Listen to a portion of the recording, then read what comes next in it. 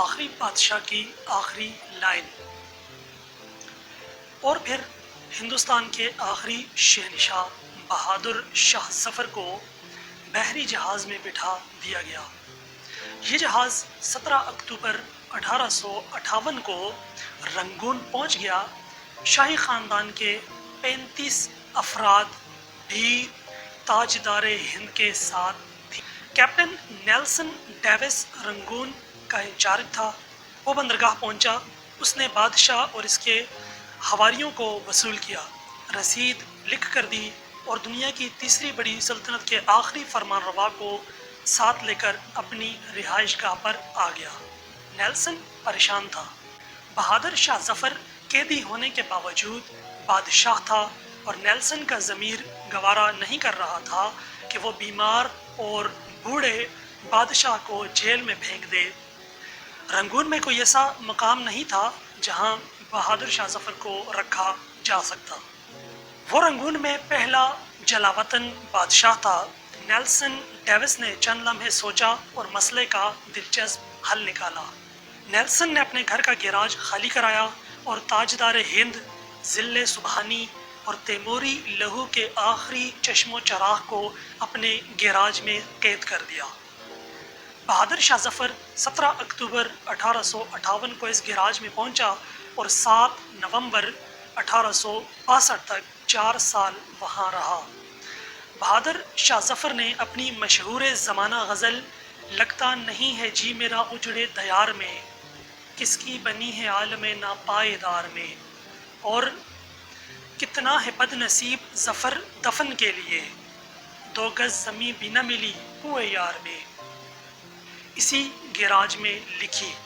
یہ 7 نومبر کا سرد دن تھا اور سن تھا 1862۔ بد نصیب بادشاہ کی خادمہ نے شدید پریشانی میں کیپٹن نیلسن ڈیوس کے دروازے پر دستک دی۔ اندر سے اردلی نے برمی زبان میں اس بدتمیزی کی وجہ پوچھی۔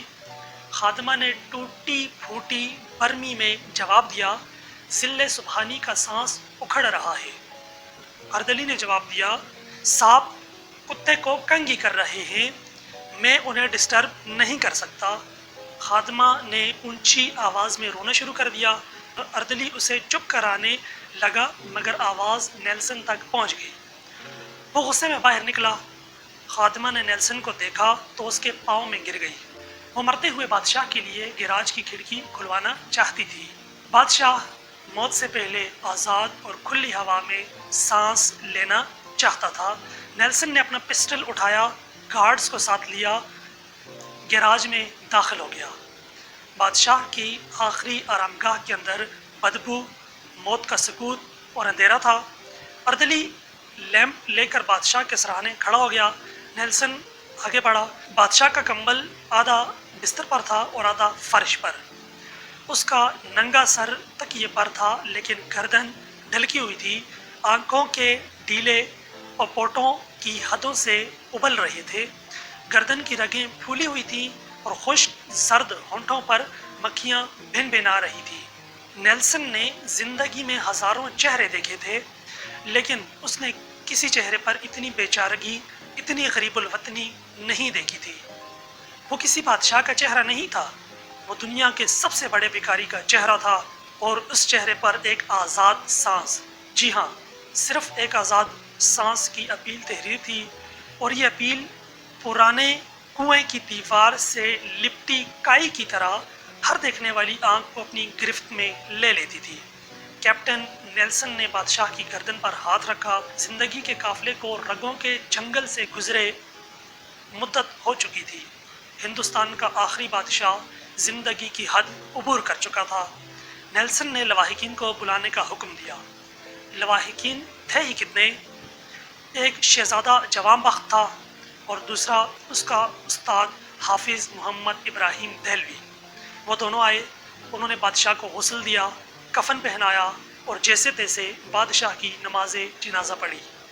قبر کا مرحلہ آیا تو پورے رنگون شہر میں آخری تاجدار ہند کے لیے 2 گز زمین دستیاب نہیں تھی۔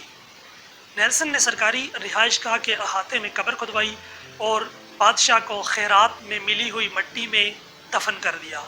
قبر پر پانی کا چھڑکاؤ ہو رہا تھا، گلاب کی پتیاں بکھیری جا رہی تھی تو استاد حافظ ابراہیم دہلوی کے خزاں رسیدہ ذہن میں 30 ستمبر 1837 کے وہ مناظر دوڑنے بھاگنے لگے جب دہلی کے لال قلعے میں بہادر شاہ ظفر کو تاج پہنایا گیا۔ ہندوستان کے نئے بادشاہ کو سلامی دینے کے لیے پورے ملک سے لاکھوں لوگ دہلی آئے تھے اور بادشاہ جب لباس فاخرہ پہن کر، تاج شاہی سر پر سجا کر اور نادر شاہی اور جہانگیری تلواریں لٹکا کر دربار عام میں آیا تو پورا دلی تحسین تحسین کے نعروں سے گونج اٹھا۔ نقارچی نقارے بجانے لگے، گویے ہواؤں میں تانے اڑانے لگے، فوجی سالار تلواریں بجانے لگے اور رقاصائیں رقص کرنے لگیں۔ استاد حافظ محمد ابراہیم دہلوی کو یاد تھا بہادر شاہ ظفر کی تاج پوشی کا جشن 7 دن جاری رہا اور ان 7 دنوں میں دہلی کے لوگوں کو شاہی محل سے کھانا کھلایا گیا، مگر 7 نومبر 1862 کی اس ٹھنڈی اور بے مہر صبح بادشاہ کی قبر کو ایک خوشلحان قاری تک نصیب نہیں تھا۔ استاد حافظ محمد ابراہیم دہلوی کی آنکھوں میں آنسو آ گئے۔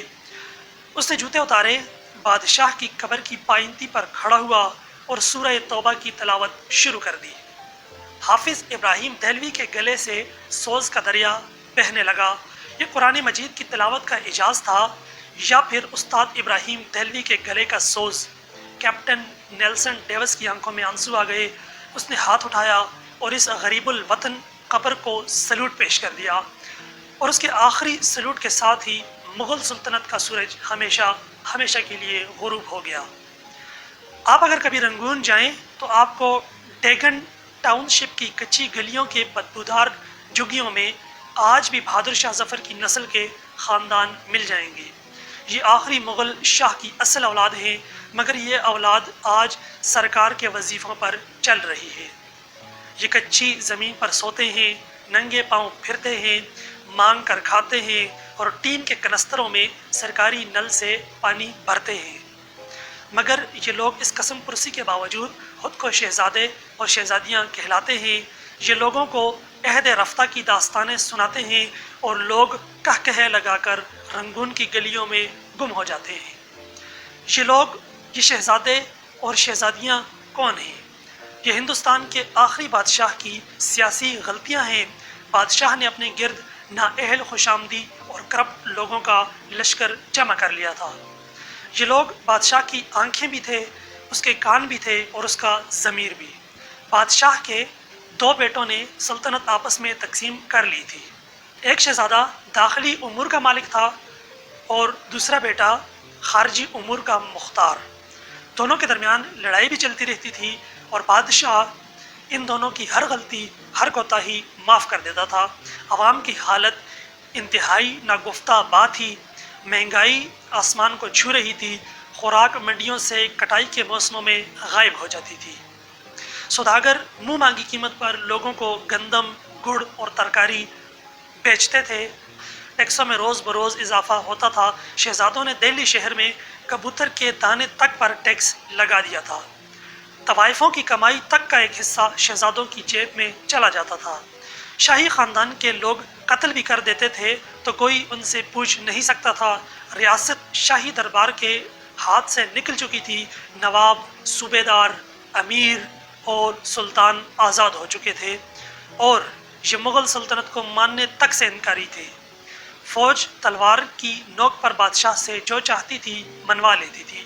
عوام بادشاہ اور اس کے خاندان سے بیزار ہو چکے تھے۔ یہ گلیوں اور بازاروں میں بادشاہ کو ننگی گالیاں دیتے تھے اور کوتوال چپ چاپ ان کے قریب سے گزر جاتے تھے۔ جبکہ انگریز مضبوط ہوتے جا رہے تھے، یہ روز معاہدے توڑتے اور شاہی خاندان وسیع تر قومی مفاد میں انگریزوں کے ساتھ نیا معاہدہ کر لیتا تھا۔ انگریز بادشاہ کے وفاداروں کو قتل کر دیتے تھے اور شاہی خاندان جب احتجاج کرتا تھا تو انگریز بادشاہ کو یہ بتا کر حیران کر دیتے تھے کہ وہ ننگے انسانیت آپ کے خلاف سازش کر رہا تھا اور بادشاہ اس پر یقین بھی کر لیتا تھا۔ بادشاہ نے اپنی فوج کا امتحان نہیں لیا تھا، چنانچہ جب لڑنے کا وقت آیا تو فوجیوں سے تلواریں تک نہ اٹھائی گئیں۔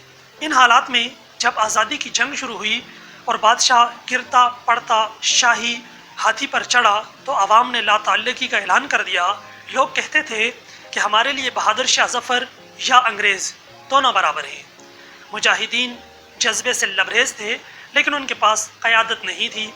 بادشاہ ڈبل مائنڈڈ تھا، یہ انگریز سے لڑنا بھی چاہتا تھا اور اپنی مدت شاہی بھی پوری کرنا چاہتا تھا۔ چنانچہ اس جنگ کا وہی نتیجہ نکلا جو ڈبل مائنڈ ہو کر لڑی جانے والی جنگوں کا نکلتا ہے۔ شاہی خاندان کو دہلی میں ذبح کر دیا گیا جبکہ بادشاہ جلا وطن ہو گیا۔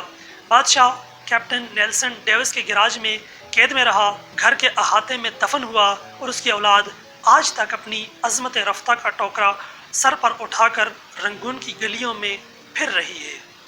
یہ لوگ شہر میں نکلتے ہیں تو ان کے چہرے پر صاف لکھا ہوا ہوتا ہے، جو بادشاہ اپنی سلطنت اپنے مینڈیٹ کی حفاظت نہیں کرتے، جو عوام کا اعتماد کھو بیٹھتے ہیں، ان کی اولادیں اسی طرح گلیوں میں خوار ہوتی ہیں۔ یہ عبرت کا کشکول بن کر اسی طرح تاریخ کی چوک میں بھیک مانگتی ہیں، لیکن ہمارے حکمرانوں کو یہ حقیقت سمجھ نہیں آتی۔